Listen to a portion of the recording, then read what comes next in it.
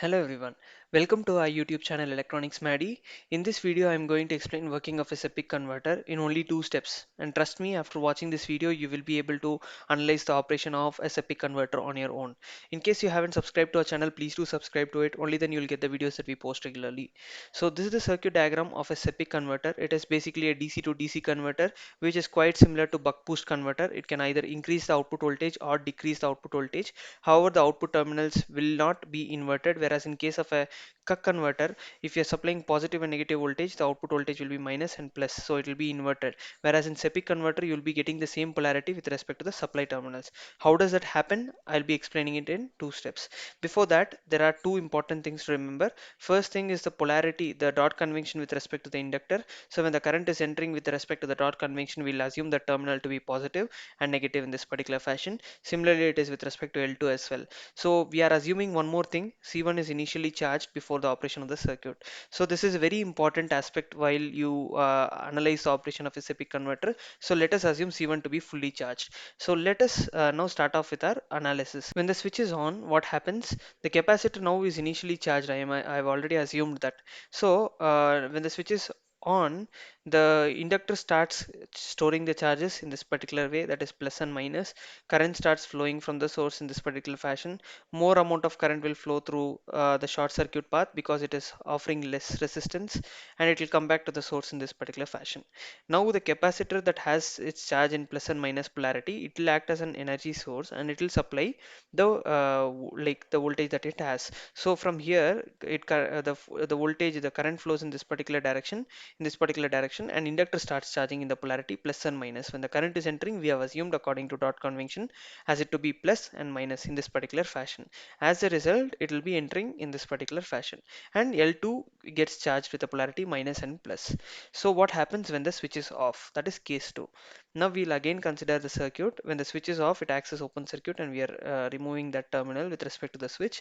Now the energy stored in the inductor plus and minus will reverse its polarity because it does not allow sudden change in current.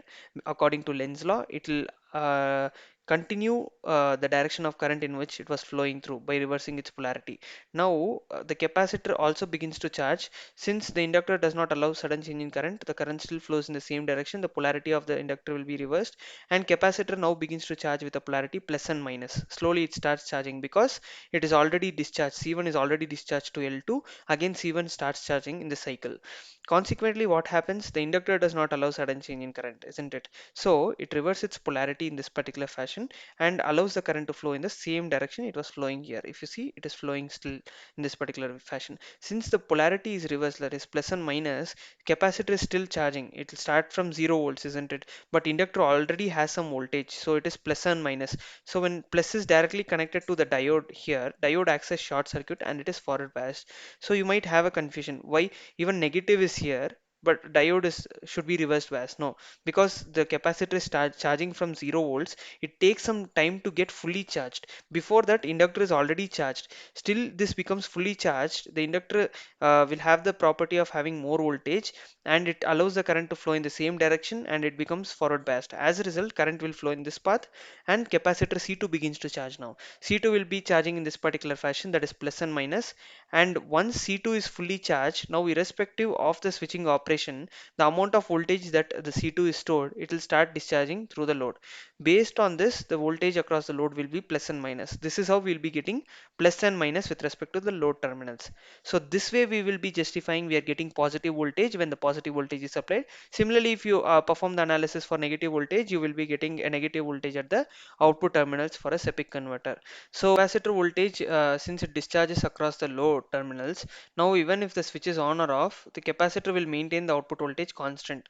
So the cycle repeats again. Capacitor stores energy after discharging to the load, and this capacitor will maintain the output voltage constant. So this is how we will be analyzing the working of a SEPIC converter.